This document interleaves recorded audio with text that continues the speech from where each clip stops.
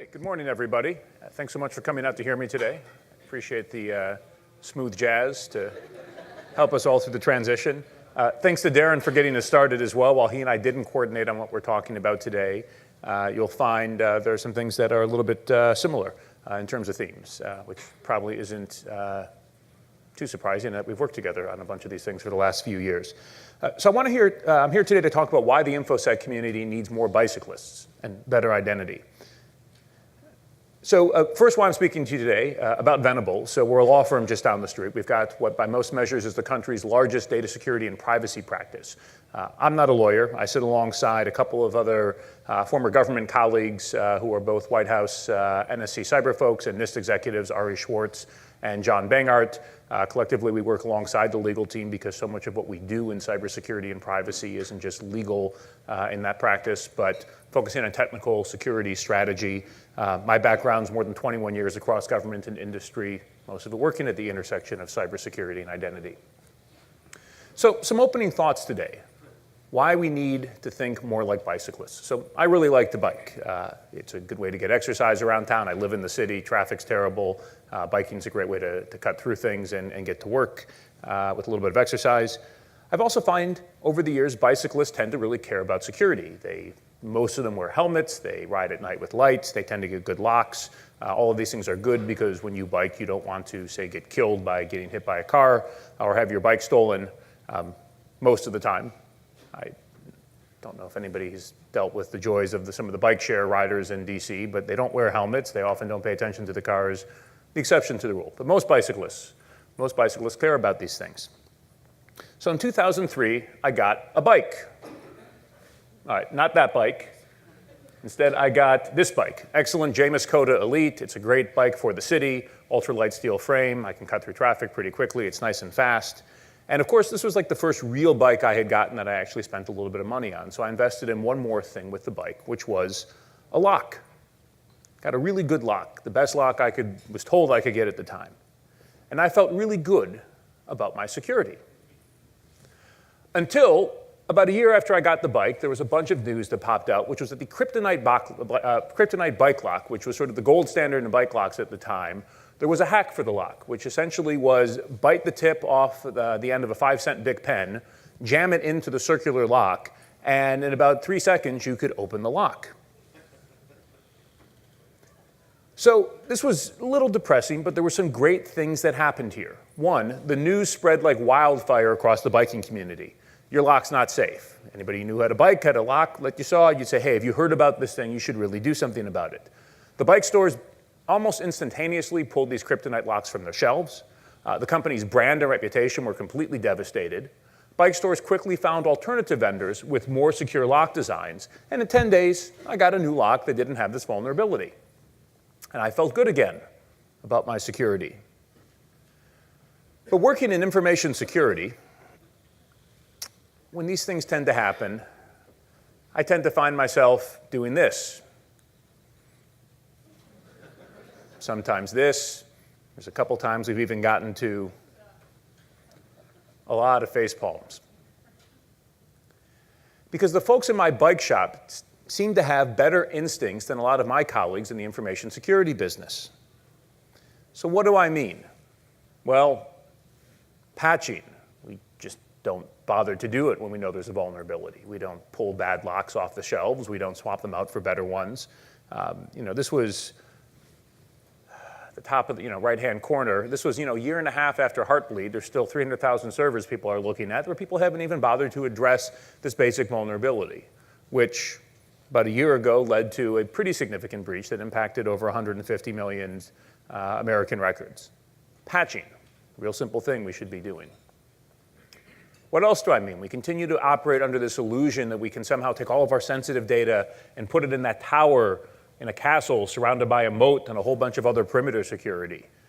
And then we don't really bother to put anything more than a flimsy screen door at the front, and people just tend to waltz right in. Darren took us through a great overview of how a lot of that tends to happen with his, I really like the whole identity kill chain approach. And every time one of these things happen, the advice we give people is, well, just reset your password and everything will be fine. But if they would be fine, these things wouldn't keep happening. I don't think anything made me as upset as back in 2014 when Tumblr had a huge breach. They said, this might be a good day to call in sick and take some time to change your passwords everywhere, especially for your high security services like email. This is where we're at. The best we can do is tell people to stay home. I'll tell you something, if I'm playing hooky from work for a day, it's not to stay home and change my passwords. And the criteria we keep giving people around password complexity is just absolutely the worst. Nobody can manage this for one password, let alone 20 or 30. Any password that meets this criteria is still susceptible to phishing, to malware, to password reuse, because they're still shared secrets. They're still pretty vulnerable. And when you put these policies out there, it makes your employees and your customers hate you. Here's what we usually do when we're told to create a new password. By the way, the Japanese, of all the different countries who have been doing cybersecurity education, we've done some great work here in DHS and through the NICE program at NIST. I don't mean to diminish it at all, but the Japanese have by far the best cybersecurity posters. This is from NIST and ASEAN in Japan. What do? We recycle passwords. Hey, you get a good password, let's use it again and again. And it is terrible, because if one of them gets breached somewhere, people then start plugging it in other places because everybody knows that people reuse your passwords, so it provides a great path in. So when we're dealing with this issue with passwords, if you know the lock's been hacked, if you know something's fundamentally insecure, why are we telling people to reset their password? Why are we telling them to get another of the same kind of lock? Well, people say maybe the evidence isn't clear, maybe all this stuff's really still good. Well, we've actually known how bad passwords are for quite some time. So this is a clip from Computer World back in 2007. So is today December 12th? What's the date? The 11th today. So we're now 12 years from when this article was published, talking about how in the Defense Department, when they finally mandated back in 2005 that people actually had to stop using passwords and start logging in with the cryptographic capabilities and the common access card, they found basically overnight their network intrusions dropped 46%, which is a stunning number because it shows you how many of the intrusions were focused just on stealing or cracking passwords. I don't know of any cybersecurity program, I don't know of any investment that the US government has made in any other technology that has had a 46% impact on reducing breaches. Not to say that solved all of our problems, we still have plenty of others today, but we've known about the problems with passwords and the importance of strong authentication, strong identity controls overall for a long time. And if anything, the information's been getting worse. The 25 Verizon data breach investigations report, 95% of breaches using stolen credentials, people logging in like they were a legitimate user.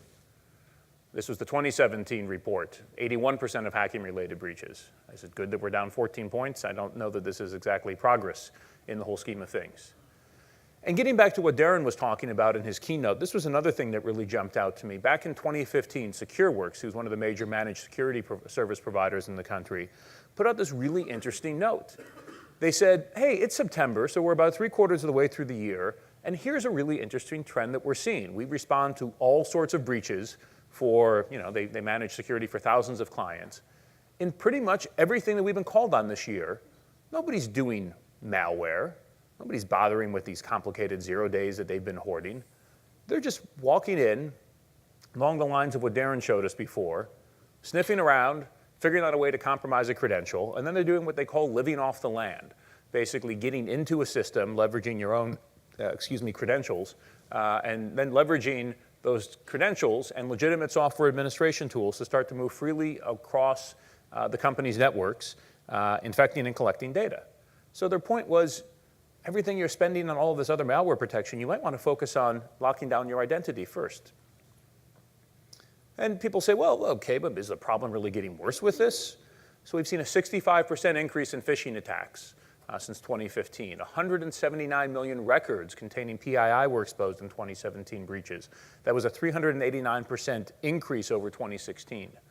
And in what I thought was one of the most interesting statistics, talking about how identity is even becoming more of an attack vector instead of less, Microsoft, about 2 years ago at the Cloud Identity Summit, Alex Simons, who oversees a lot of their cloud identity access in Azure Directory, got on stage and said, a year ago we were seeing about 20 million attacks a day on our identity services, people trying to get in. It quintupled in a year. We're now seeing 100 million attacks that we're being challenged to stop.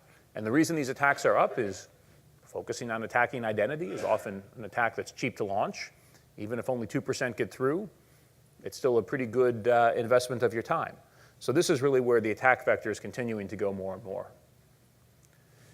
And I think the other thing we've been seeing is that we can't look at all these data breaches in isolation. So there was a hearing just over a year ago in the House Energy and Commerce Committee after the Equifax breach, looking at the impact of all of these breaches, on identity.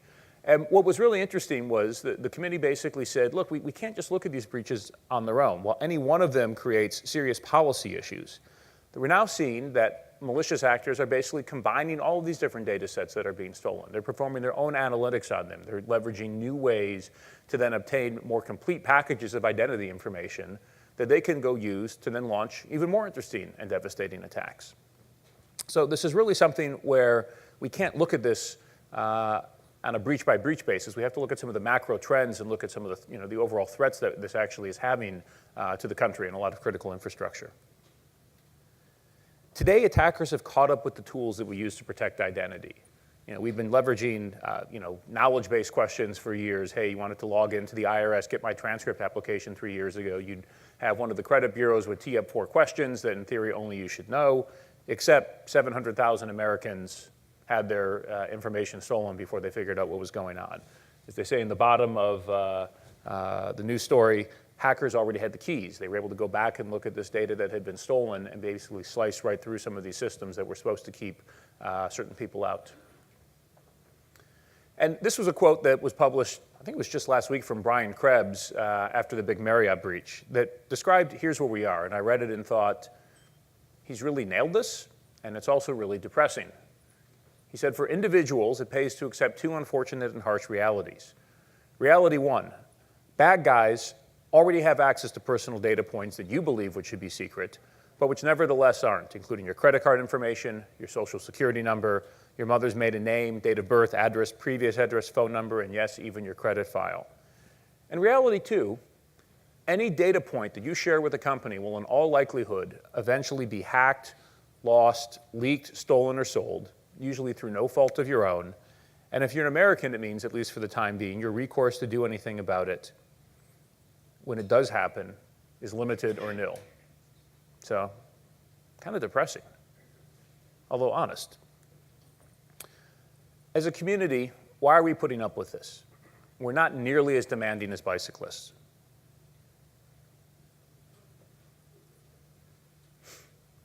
Well, people say maybe there isn't really a better kind of lock that's out there.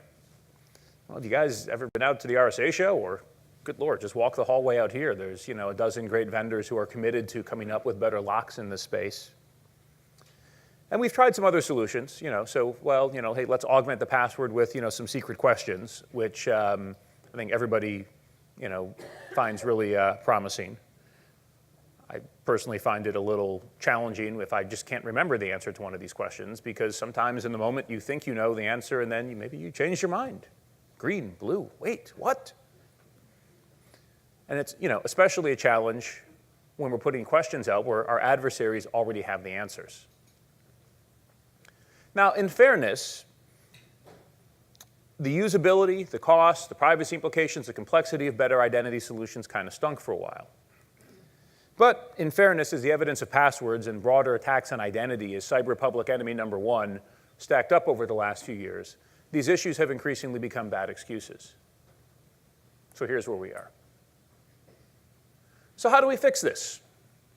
Can we actually start to match the sophistication of these people? There is some good news that's out there. There's a few things that are happening that give me some hope and make me happy. So things that make me happy, number 1, what once required, and this should probably resonate to a lot of people in this room coming out of the PIV and CAC world, back in my earlier career when I worked for a systems integrator from 2001 to 2006, we built a lot of the early smart card and biometric and PKI solutions. And man, did we think they were awesome, and boy, they were just okay. Because if you wanted to actually deliver strong authentication, you needed to first get somebody a card and then go hook it to a certificate authority somewhere. And then you needed to plug a smart card reader into the machine. And then if you wanted a biometric, that was generally a second reader taking up another port. Or maybe we were giving somebody, instead of a smart card, a little blinky one-time password dongle that they then have to carry alongside the other dongles. This was not something that really delighted end users at the end of the day, even if it did improve security. So all of these different things that you're seeing here now basically ship, very similar capabilities ship out of the box in everything that we basically use for computing today, be it an Apple device, an Android device, or a Windows laptop. And these things that we use are really interesting because they all have a couple common elements in place. So first, they all have secure, hardware-based, isolated execution environments. Think about the TPM chip in a Windows box, the trusted execution environment in your Android phone, the secure enclave in your iPhone, that are capable of generating, securing, and applying cryptographic keys in a very secure fashion. They also have multiple biometric sensors that are built in. Fingerprint, face, a lot of phones have iris these days. You can use the microphone for voice. So these things can now be combined to deliver very strong multi-factor authentication that are being enabled by new standards that exist, driven by the FIDO Alliance and the W3C, who have just wrapped up a whole bunch of standards that are now being supported in basically every platform across the globe. Some really interesting companies are driving it. Apple just this week announced they're supporting FIDO and Safari, which was sort of the last shoe to drop in terms of all of the big folks who you'd want to see it. All the way on the end, you're seeing big high assurance services, firms like Aetna, Bank of America, MasterCard, Amazon, all committing to deploy this. So you're leveraging strong authentication that's just built in by default and is really easy to use rather than have it be something that you have to bolt on. So things that make me happy, number 2. So there was a great paper that came out 4 years ago, December of 2014, by Google, describing this little thing that they were building called BeyondCore. And a couple people said, hey, you really got to read this thing. This is interesting. And I read it, and I said, this is really interesting. Because it talked about, remember the little slide I had before that had the castle and the tower and the moat and all the walls and all the stuff that doesn't work these days? Google had basically come to the conclusion, after looking at the way that they're protecting all of their crown jewels, they said, look, we built our own corporate intranet, and we've come to the conclusion that no matter what we do, and by the way, we're Google, so we're probably pretty good at it, but no matter what we do, it's going to be every bit as risky and polluted as everything that's out there in the big bad internet. So what are we trying to build this perimeter for? Why don't we take a fundamentally different approach? What people are often calling now a zero trust approach, where we're just going to put all of our information out there outside the company on the internet. That's calling it BeyondCore. But we're going to protect it with a few critical controls. And a lot of the work that they've done here was also developed further by the Cloud Security Alliance in the software-defined perimeter working group. Forrester Research coined the term zero trust to describe a lot of this.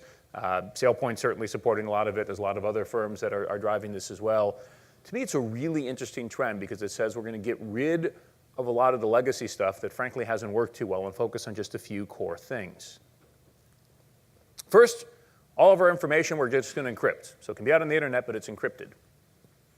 Second, we're going to make sure that if you want to decrypt that information, we're going to have strong authentication because you want to make sure that the keys to decrypt and unlock those things that are out there that you need to protect aren't brittle. And by the way, just as an aside, a lot of us, obviously, being in DC, were impacted directly by the Opm breach a couple years ago. And people said, oh, my God, they had all the sensitive information. Why wasn't it encrypted? And I think a good answer for that, my friend Andy Osment, who back then was Assistant Secretary at DHS when he testified before Congress, pointed out encryption wouldn't have helped because the problem was that we weren't using strong credentials in the first place. So if you are protecting, if you have the strongest encryption system and you can use an easily phished password to be the key to unlock it, that doesn't help you at all. So, getting back to this, strong encryption, and then locking it down with strong authentication, both in terms of what's on the device itself, with a really strong key, and you want to make sure the device is being managed through comprehensive MDM so that you know that it's a trusted device, as well as strong personal authentication. In this case, what Google's been using has been FIDO security keys. And then the third thing you pair it with is fine-grained authorization and strong credential governance. So look, we're at a SailPoint event. I think everybody gets a difference between authentication and authorization. But pairing encryption and authentication with the fine-grained authorization and strong credential governance, and that's basically it. It's a really simple approach, probably leaving a couple things out, but it's a really simple approach, really good risk-based approach to actually putting security resources in a way to work that might be effective. And I do want to highlight here, as we talk about authentication and governance, identity security does not stop with strong authentication. So a lot of you have known me as being on this kill the password jihad for at least 15 years, and I'm still on it, and we're making some progress. But we don't get to stop there. I'm going to say it again with some effects this time. Identity security does not stop with strong authentication. What you really need is a holistic approach that we used to have 5 A's. I'm focused on 6 now, because the more I think about it, and they all just kind of work. So you start with authentication, enabling users that they are, to prove that they are who they claim to be. And then you need to focus on how you're actually granting access, ensuring that users, once authenticated, can easily access the right applications and resources. You need access systems that can prevent the unauthorized folks from gaining access, and you want to make sure you put additional controls in place for privileged users. Then you need to focus on authorization, ensuring that users are tightly governed in what they can access and what they can do. You need a way to make sure that permissions and delegations are easily granted and revoked. These days, you want to see analytics in place that can help you actually determine whether identities might be used improperly or suspiciously, and triggering additional appropriate controls. Darren talked before about the idea of identity sensors starting to be deployed, which is a concept I really loved. You need an audit functionality to look back to review events and confirm that your identity system was being used properly, and being able to quickly find out what happened if it was not. And on the administration side, you need to have a way to govern the whole system. How are your policies and processes of the identity system managed? How are new identities added or removed from the system? So taking a holistic approach to identity, rooted in governance, focused on these 6 A's, this is really how you lock things down. And this is what we're seeing, I think, a resurgence of with things like a focus on Beyond Core and Zero Trust, because it's putting identity at the center of security in a way that really makes a lot of sense, and I think is helping people essentially focus more on a few really good controls rather than a lot of bad ones. So with this, things that make me happy, number 3, is that here in government, our policies are finally catching up. So NIST put out a new version, I guess it was earlier this year, of the cybersecurity framework, version 1.1. So when I was at NIST, I worked on the first version. And when it came out, I was a little bit unhappy in that it kind of waved its hand at identity, but it didn't really get as detailed with identity as I thought we needed to. So there's a new version of the control PRAC1, which now just doesn't say you should have identities managed. Now it says identities and credentials are issued, managed, verified, revoked, and audited for authorized devices, users, and processes. Trying to focus more on the full life cycle as we're putting guidance out to both the private sector as well as agencies from NIST is really quite important. Make sure that you take a holistic approach to identity and don't just focus on 1 or 2 elements of it.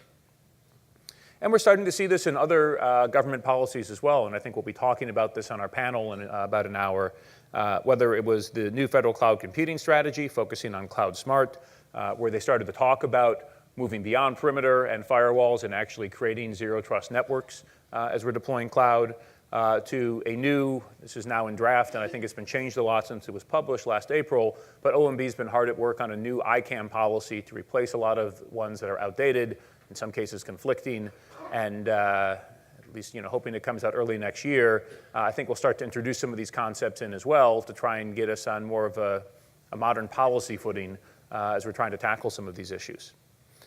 And of course, our programs, you'll be hearing quite a bit today. In fact, this is probably a great intro for Amir, who will be speaking next on the DHS side, but our programs are catching up as well. So the CDM program, focusing not just on what's on the network, but phase 2, who's on the network, and phase 3, what's happening on the network. Identity governance and administration is really at the center of this, and the fact that we're now taking a uniform approach across the government to try and actually address the risks that are out there from inadequate identity systems, to me, is a tremendous step forward in terms of getting all agencies embracing a common baseline and hopefully locking down some of the most commonly exploited attacks so that we're not dealing with another OPM-like breach here in the government in a year or 2. So, in this world of grumpiness, I have a little bit of happiness. And I don't think we have time for questions. Yeah, we do. All right, we have time for questions if anybody wants to ask me questions. Hey. Hey, wait, hold the microphone.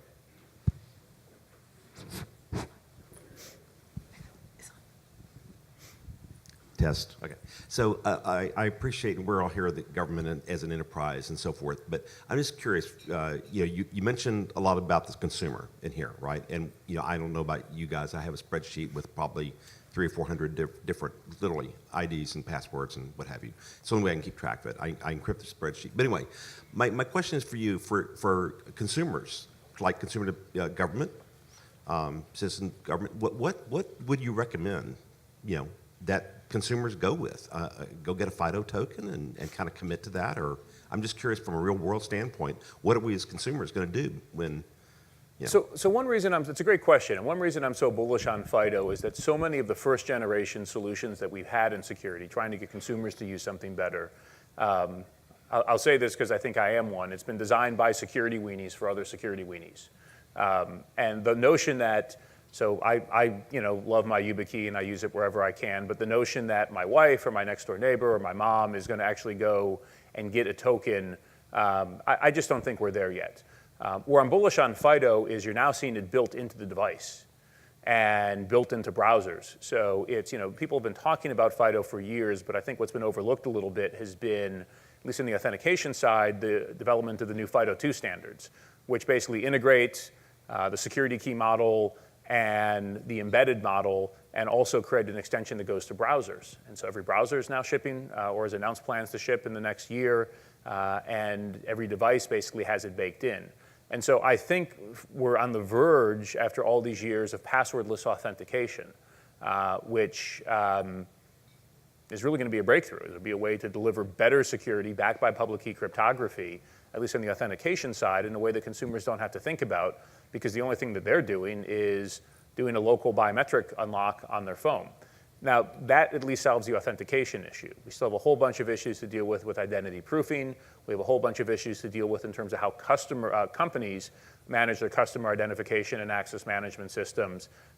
It's been really interesting seeing what's going on with the latter in Europe, in that GDPR has basically created this fundamental right that you can go to a company and say, here I am, let me see all the information you have on me. And oh, I don't like that. I'm going to change it.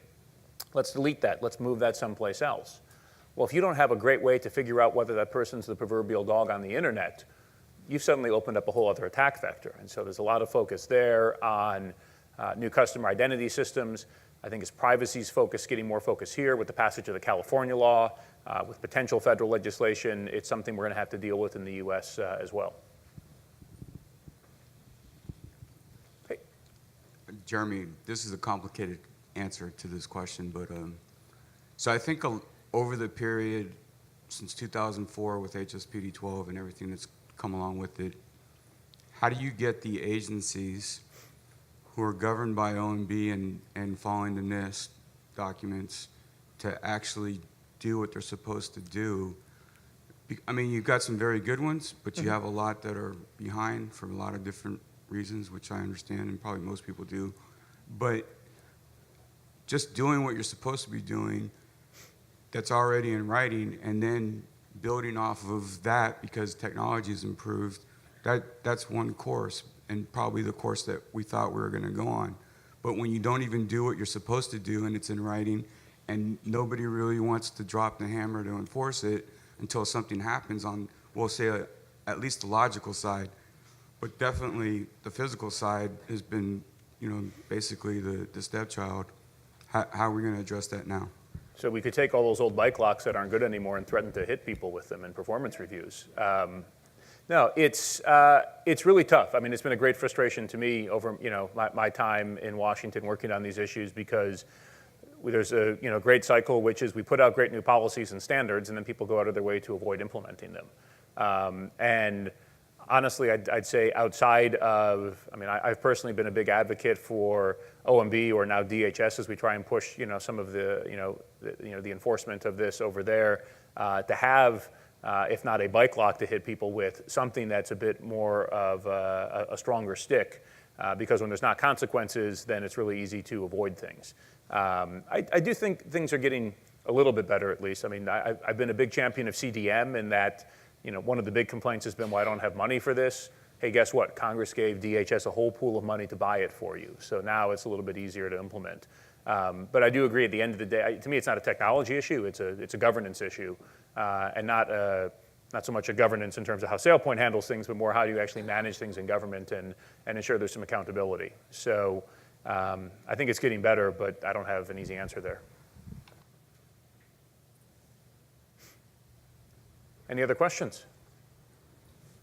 All right, well, thanks for the invite to speak today. Appreciate it. Thanks.